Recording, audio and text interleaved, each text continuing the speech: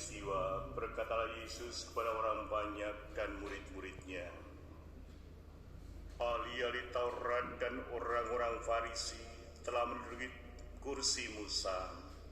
Sebab itu turutilah dan lakukanlah segala sesuatu yang mereka ajarkan kepadamu. Tetapi janganlah kamu turuti perbuatan mereka, karena mereka mengajarkan tetapi tidak melakukannya.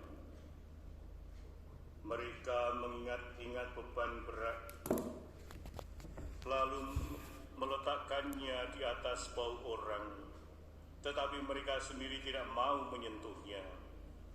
Semua pekerjaan yang mereka lakukan hanya dimaksud supaya dilihat orang. Mereka memakai tali sembahyang yang lebar dan jumbai yang panjang. Mereka suka duduk di tempat terhormat dalam perjamuan, dari tempat terdepan di rumah ibadat.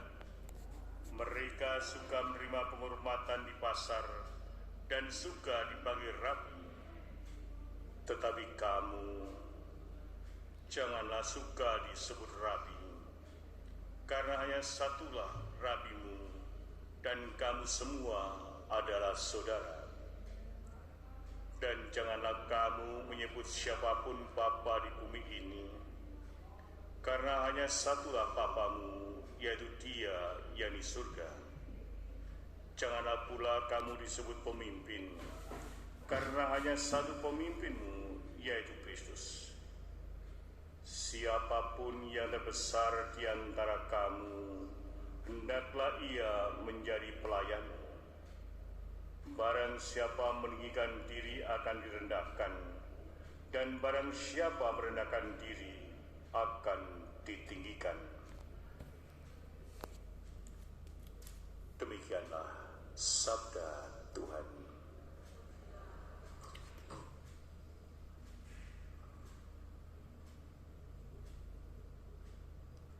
Bapak, Ibu, dan saudara-saudari yang terkasih di dalam Kristus, dalam Injil pada hari ini,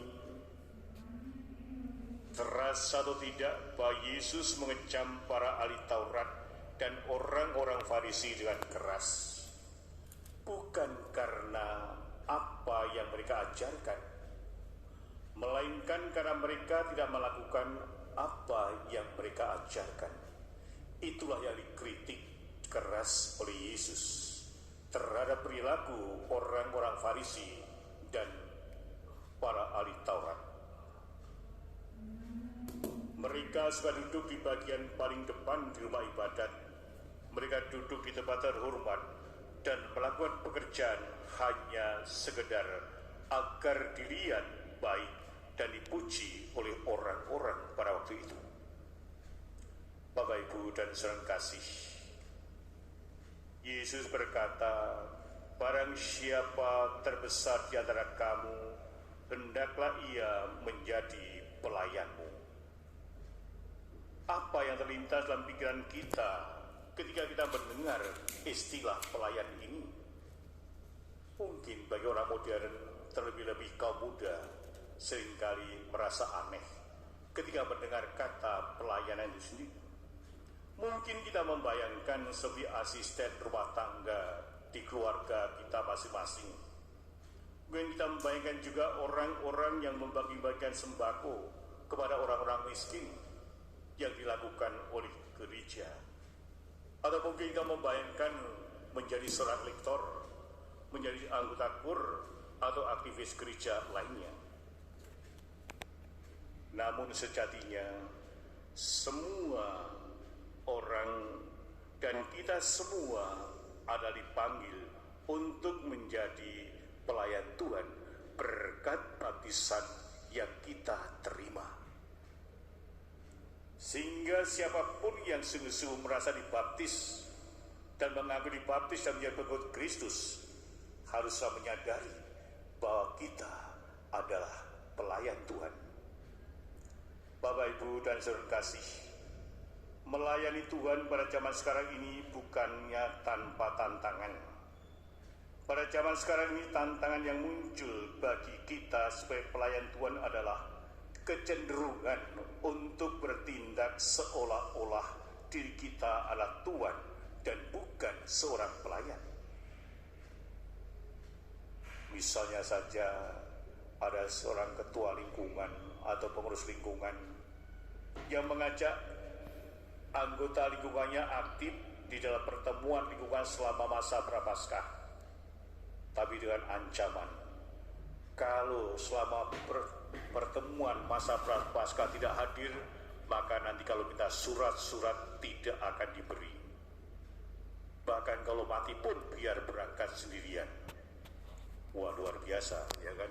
Nah, ini bukanlah jiwa seorang pemimpin, bukanlah jiwa seorang pelayan, tapi ini adalah jiwa seorang majikan yang mau mengatur dan mau memaksakan, bahkan juga mencari sesuatu untuk dirinya sendiri.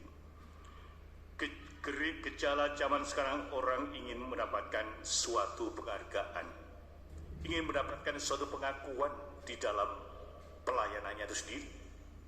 Tidak aneh kalau pelayan-pelayan sekarang ini rasanya juga kalau pelayan itu asal-asalan, bukan sepenuh hati, bukan setulus hati, tetapi setengah hati bisa terjadi. Karena apa?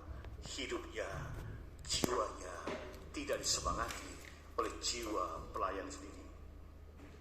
Tampaknya situasi ini sudah ada dalam pelayanan para murid Yesus, sehingga Yesus mengantisipasinya dengan berkata, barang siapa terbesar di antara kamu, hendaklah ia menjadi pelayanmu. Dan barang siapa meninggikan diri, ia akan direndahkan. Dan barang siapa merendahkan diri, ia akan ditinggikan. Yesus sudah melihat gelagat yang tidak baik di antara para murid dan juga orang-orang yang mengikuti Yesus. Yesus menegaskan kepada para murid, juga kepada kita pada saat sekarang ini, bahwa inti daripada mengikut Dia adalah melayani sesama manusia. Bukan untuk mencari kemuliaan bagi diri sendiri. Ini merupakan pesan penting bagi kita, bagi para murid dan juga bagi kita yang hidup pada sekarang ini. Sehingga inti dari pelayanan adalah melayani Tuhan dan melayani sesama, dan bukan melayani diri kita sendiri. Bapak, Ibu, dan saudara yang kasih, setiap orang percaya dipanggil untuk melayani Tuhan dengan peran dan fungsi kita masing-masing dalam karya, dalam pelayanan, dimanapun kita hidup, dimanapun kita berkarya, entah dalam keluarga, dalam masyarakat, dalam lingkungan, dan sebagainya. Namun dalam melayani sebagai manusia sering kita tergoda untuk diakui, untuk dihargai. Maka tidak aneh kalau dalam suatu pelayanan malah seringkali terjadi suatu gesekan-gesekan karena mencari untuk diakui, dihargai. Bahkan juga kalau mengadakan suatu kegiatan-kegiatan bukan bagaimana meningkatkan pelayanan, tapi seringkali bagaimana menjadi popularitas dalam hidupnya. Sehingga sadar atau tidak sadar, di dalam pelayanan hidup gereja, seringkali manusia atau kita ini, yaitu bukan bagaimana cara meningkatkan, melayani seperti Kristus, tapi seringkali mencari popularitas untuk diri sendiri. Keinginan yang berlebihan akan menghargai dapat menjerat manusia, menjerat kita dalam melayani. Bapak, Ibu, dan saudara kasih, Yesus memberi pesan sederhana tetapi sangat mendalam, bahwa setiap orang yang menjadi muridnya dipanggil untuk rela melayani, bukan mencari pengakuan, bukan mencari penghargaan manusia. Melayani adalah kerelaan merendahkan diri dan merendahkan hati dan menempatkan kepentingan pribadi di bawah kepentingan Allah dan sesama. Ketika kita tergoda untuk memegahkan diri sendiri, untuk mencari kemuliaan diri kita sendiri, kita harus ingat bagaimana Yesus datang untuk melayani dan bukan untuk dilayani. datang bukan untuk mencari popularitas, untuk membesarkan nama dirinya, tapi justru bagaimana yang dilayani semakin merasa bahagia dalam hidupnya.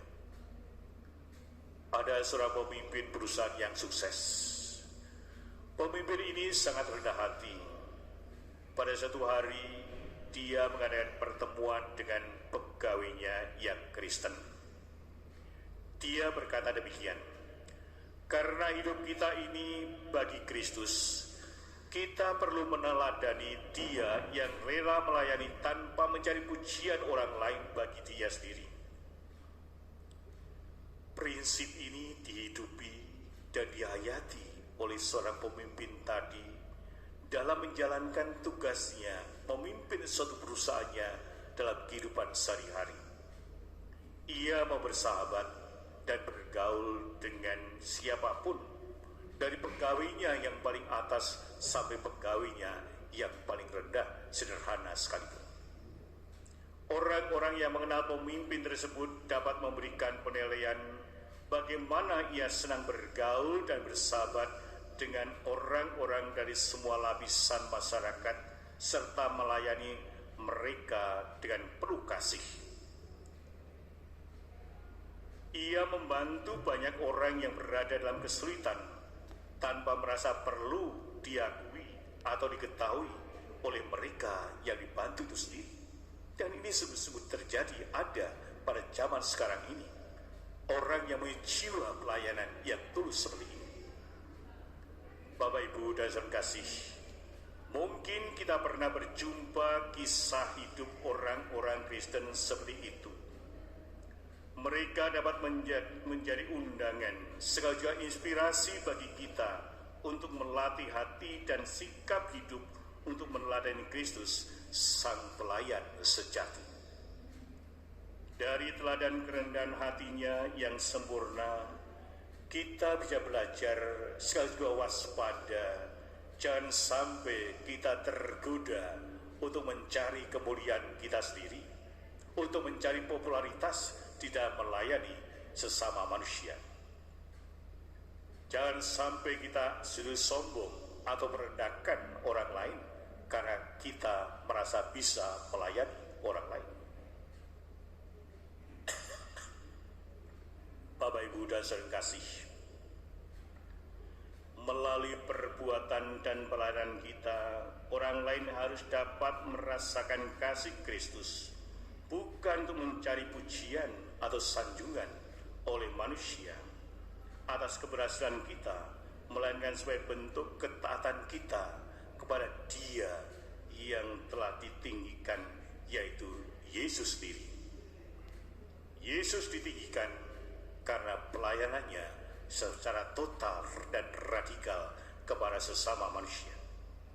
Karya keselamatan yang kita terima melalui Kristus dapat kita perlihatkan agar membawa kesaksian yang baik bagi orang lain di dalam hidup kita, di dalam pelayanan kita. Dengan kata lain, apapun yang kita lakukan di dalam pelayanan itu hendaklah menampakkan wajah Kristus, menampakkan kasih Kristus, bagaimana Dia bisa merangkul dan juga menerima semua orang, melayani dengan tulus hati. Semoga dalam masa Prapaskah ini pun kita diingatkan kembali bahwa kita harus hidup saling melayani. Sebagai suami, istri, melayani anak-anak, melayani mertua, orang tua yang sudah sakit-sakitan mungkin. Tetapi itu semuanya harus kita lakukan dengan tulus dan ikhlas. Dengan cara yang demikian, maka kita akan menemukan hidup penuh sukacita dan kegembiraan.